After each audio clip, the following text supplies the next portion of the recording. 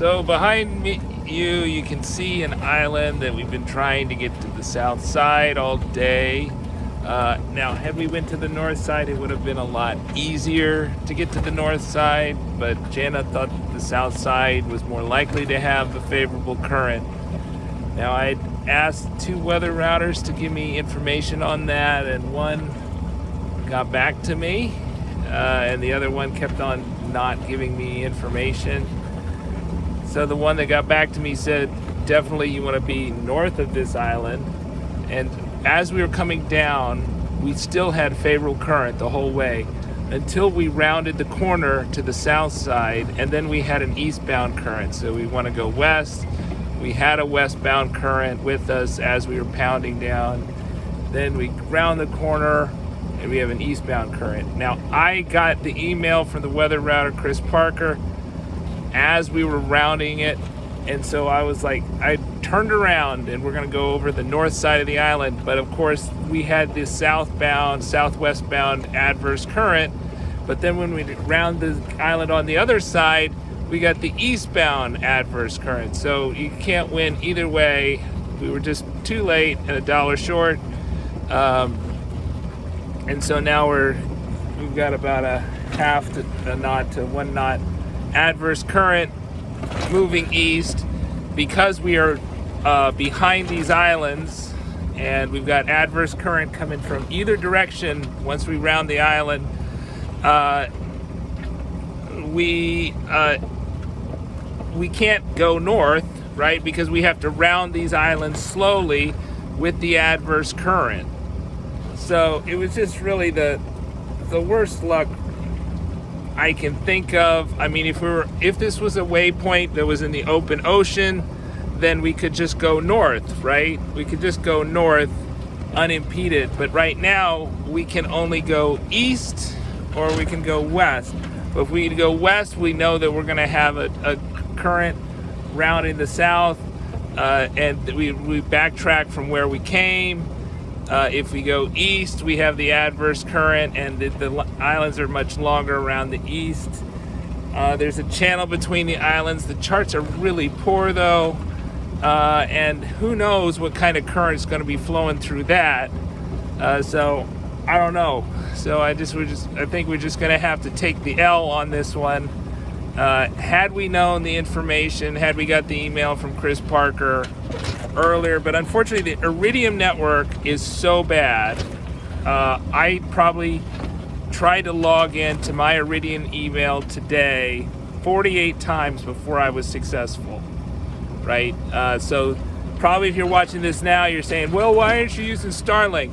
Starlink was not available for boaters until May. There were people using it as an RV service, and that they were caught by Starlink, and then Starlink changed their policy, and then you could get Starlink on a boat for less than $10,000 a month, $250 a month instead of $10,000 a month, which was their service up until I left, basically.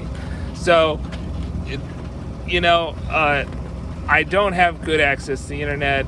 There was no easy thing, but there may be an easy button when you're watching it now. But that was the state of the technology and the services when I was sailing right this season in 2023, early 2023. So I don't know. It just is kind of just really bad luck, and of course all this is draining your fuel stores. I felt pretty good about the fuel stores this morning when I refueled and looked at what we had, but it's just sad that we're wasting 8 hours or whatever doing this, going around this little island here, when we could have easily went north of it or gone across. That would have been easier than going south and pounding actually into the wind when there was wind. Now there's no wind, so that's not an issue. It's also not a help, so we can't conserve fuel by sailing it or anything. We could just drift eastward, I guess. That might be a good idea. I don't know. I don't know at this point.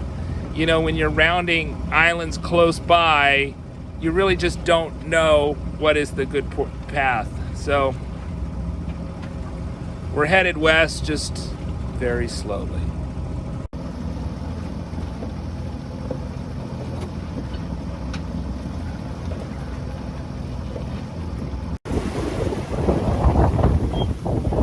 All right, so we're in day 9. This is we completed actually 9 days, so I guess we're on our 10th day, but we're 9 days out of full days out of port.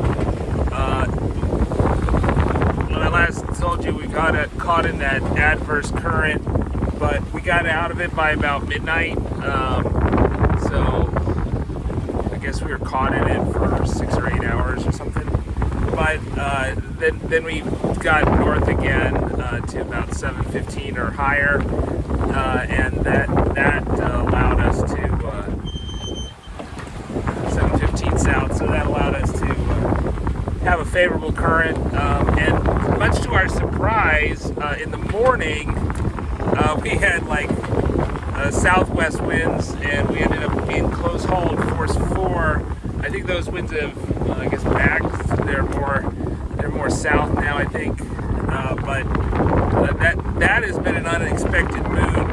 I did the fuel calculation last night when we were had to motor more or less because it was pretty much a calm. I only ended up putting about 7.5 gallons in after 30 hours of running the engine, which was kind of shocking. So that's like a 0.27, so about a quarter of a gallon per hour. That's awesome. A liter per hour, going at 1,800 RPMs. So that was a kind of shocker. So that means that we got more than a full tank of gas, or not gas, but diesel. And now we only have about less than 220 miles to go. So we are in the Flores Sea right now, and we're probably going to head into the Java Sea before we're done to get the southbound current.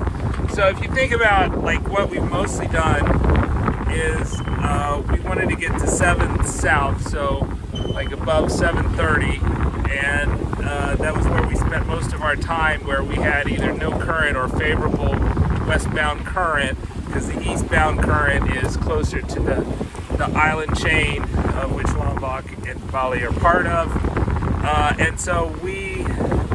And then there's going to be a southbound current that bleeds into Lombok and also Bali.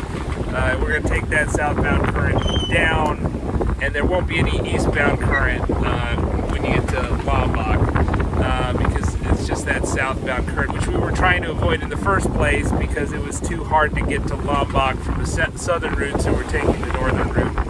I just needed to do more research on the current situation before doing this, but I want to thank Chris Parker for getting back to me so quickly and answering my questions so directly. He was not the weather router that I was complaining about in my earlier rants, but so right on relatively late, and we've used him most around the world. We're taking it easy this time around. Now it looks like we could be in there on after 11 full days at sea, as we projected, but it might be like rolling into like the 12th day. So the 11th day would be a Sunday, and probably get there Sunday evening or late afternoon if we did get in there. So we might have to slow down to go to actually not get there at night, so enter an unfamiliar harbor at night. I have never been in Medana Bay. I don't think it probably is a good place to enter at night. I think there were some charts they have on their website, but I gotta find if I can find it in my phone. I guess that's one of my tasks, to see if I can find it in my phone or maybe in my computer. Their special chart of their harbor, but I didn't see it in some of my files, but I can look some more files too. I thought I'd print it out, but maybe I didn't.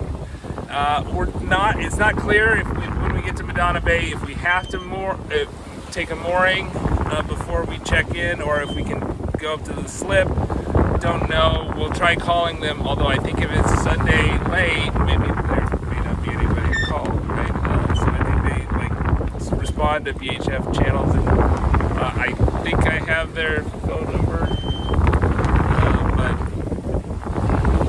you know, that's also assuming that my cellular works. I've not had my cellular really work. When we were at Timor, I got that 3G signal, but I couldn't use the phone, and I couldn't do anything except check a website. I wasn't able to check my email or my WhatsApp. So I've been relying on Jana and the routers to let me know what's going on in the outside world. I do use the sail mail stuff. I've been enjoying the spot forecast. I thought they were give you a better color than the GFS grid files, which I don't know that are terribly accurate in this part of the world.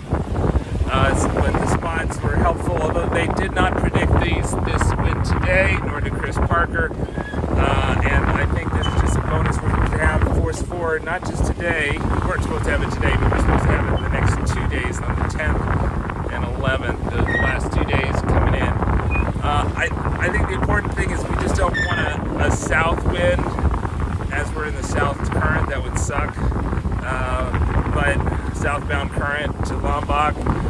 But it's forecast to be east, so hopefully that holds true. Subscribe.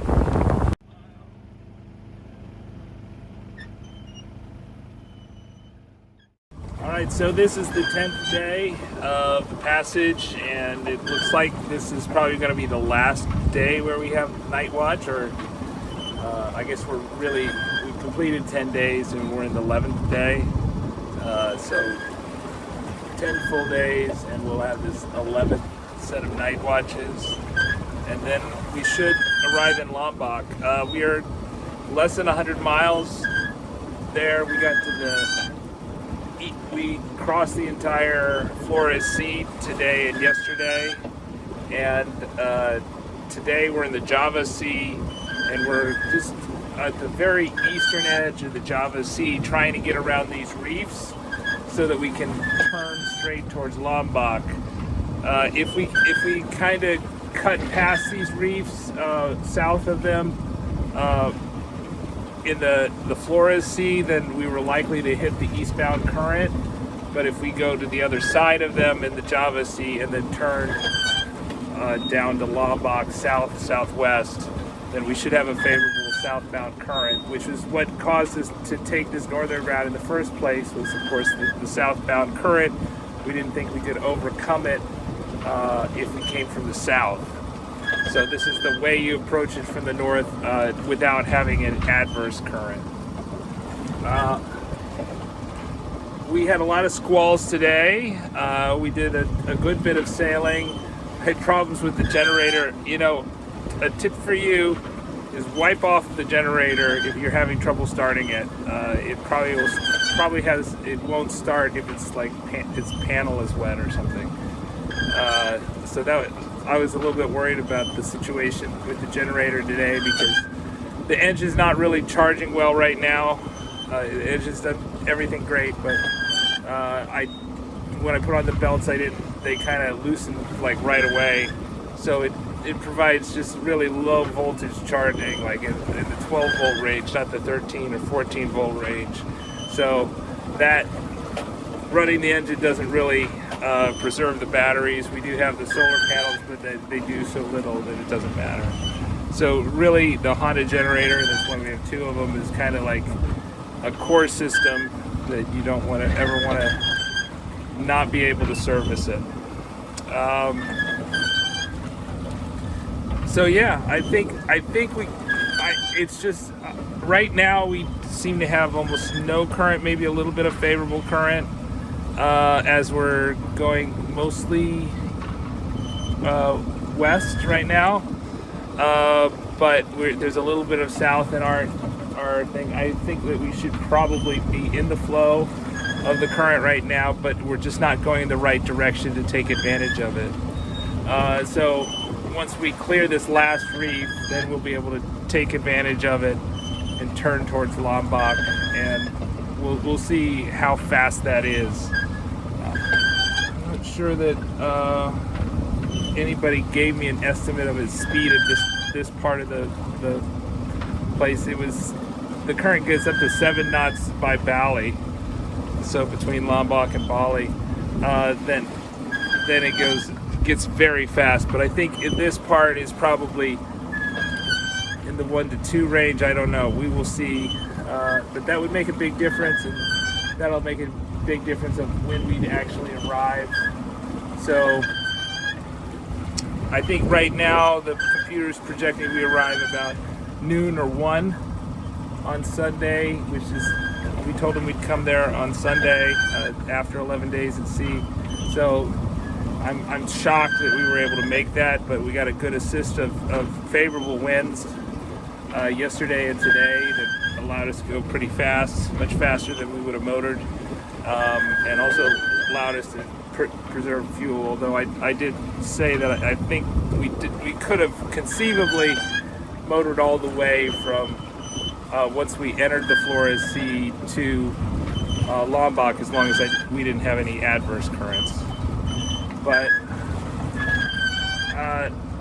I'm hopeful, and I'm excited to make landfall, although I think it's going to be really slow, the check-in process, especially since it's a Sunday. I hope there's somebody at the marina, but I'm not sure there will be. We'll just pick up a mooring ball and go from there, I guess. Subscribe.